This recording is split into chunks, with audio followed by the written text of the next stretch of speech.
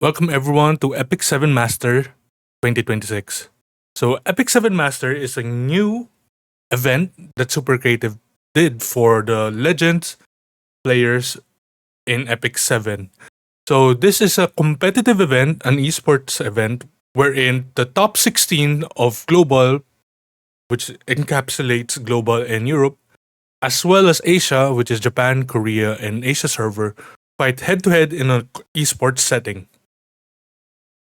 So this is a brand new esports tournament being held for the first time this year. So this is really new, designed to expand the E7 esports stage and provide more heirs with opportunity to prove themselves.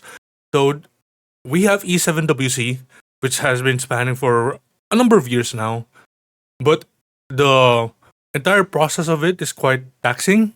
You have to do a certain number of games.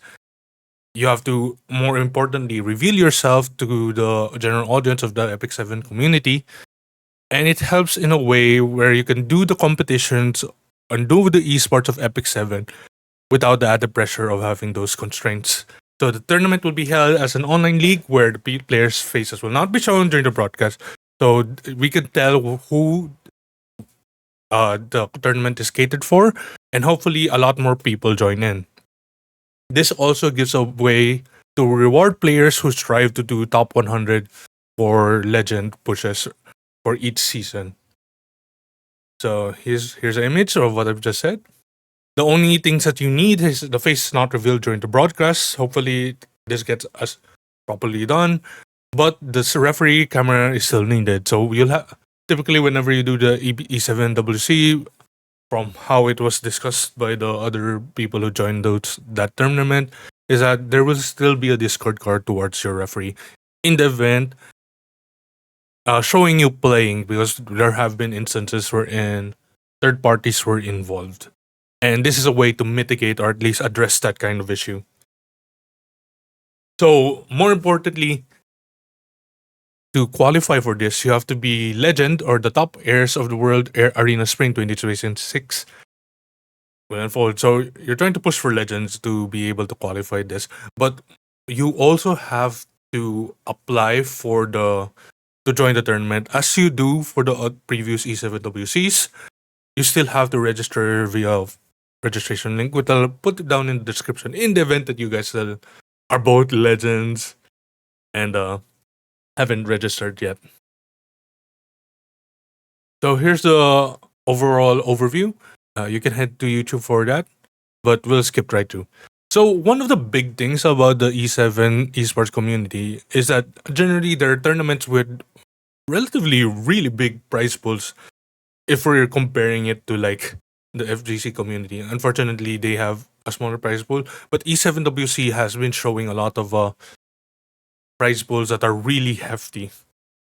And overall, I'd say E7WCs. Oh, I've watched every single E7WC, and they've always been so exciting in terms of fights. Especially last season when they introduced the new mechanic wherein you're quite limited in your hero pools, and you're forced to play other heroes. So when you hit the championship, overall the total prize pool is $34,000, and that's big for quite a smaller scale, a step down scale for E7WC, but it's a really big prize pool. For the champions, you get 15K, runner ups 10K. This is huge. Third to fourth place, you get 2.5 thousand $US each. Fifth to eighth place, you get 1,000, and overall prize pool is 34,000 USD. So do not forget that people who want to join this, you still have to register. So any legend players that are watching potentially, please register and see if you can fight against other players around the tier in a more competitive setting. So there are no preliminations. I've said before, this is based on your legend finish. And a special in-game invitation was sent to the mailboxes of top 100 heirs, informing them for the eligibility to register. So the classifications for this is a top 16 global group, which is both global server plus Europe server, and Asia group, which is Asia, Korea, and Japan server. So we'll be getting top 16 from the global group and top 16 from Asia group. So there's a selection process. Of course, there are 100 players who are eligible to join. Not everyone is going to voluntarily join it. However, invitations to register will be sent to those top 100s, and then top 16 from each group will be selected. So unfortunately, I'm assuming if there's a top 1 up to top 16 for the global plus Europe, those are going to be heavily favored. I'm not sure how this is going to be held. This is probably based on their rankings in the world arena. So here's a tournament structure. Group stage is 8 groups of 4 players. So there will be, since it's 30 group, it will be the double eliminations, best of 3. Really good. So we'll be seeing a lot of the fights going on. And I'm thinking with this, it'll be quite easier for Europe server, because historically Europe server players during the E7 WC, even prelims, tend to have really poor scheduling in their end. That's unfortunate, but hopefully they could address this in this kind of a setting. Knockout stage, a round of 16 to semifinals, best of 5 single eliminations. That's quite a big change from the first stage. And then finals is a best of 7. Okay, so here's the schedules. Be sure to take note that every single event regarding monetary value or what have you is typically more competitive than others. It will always be live streamed, which is really good. So you can see it here, the schedule. The first one is the registration is March 12th up to March 25th. And then the first group draw, this will be live streamed. In the previous E7 WC, they had the poll and then it showed the competitors and their pairings. So the event starts 4/4 or April 4th. And then every Saturday in the succeeding weeks, we'll have the live streams for that.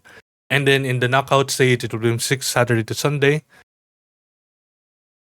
And then for the last stream on May 30th, we'll be having the semifinals and grand finals. So because of how the tournament is designed, we will be typically just having it through live stream, making the process quite easier and quite more streamlined compared to E7WC, which took a longer process because the players have to get their visas and they have to fly to Korea and all that. Okay, so special invitation does not confirm participation. This is just to inform the players of their eligibility. This is an online tournament with participants' faces not shown to the official broadcast. To ensure fair play, they will have to still show themselves to the referee, Discord call, or what have you. So just to take note, every E7 tournament settings have been and is still going to be very exciting to watch. So I'm inviting all the players who don't even have to be interested in the RTA and are just E7 players and enjoyers to watch and come by, because official E7 tournaments have both such a good community in the Twitch live streams or YouTube live streams, good watch-alongs with notable live streamers who do proper broadcasting, give their analysis, give their speculation, and are just very entertaining. And especially when it comes to the matches themselves, although you could say that the RNG do play effect, but you can see how there are very much decision makings to be had whenever you do more complicated drafting phases with the newly implemented mechanisms. So more information will be shared in this tournament in the future, and we hope that all heirs, even the new players, all the way to the oldest players, come by and watch the epicseven Masters 2026. Thank you and have a nice day.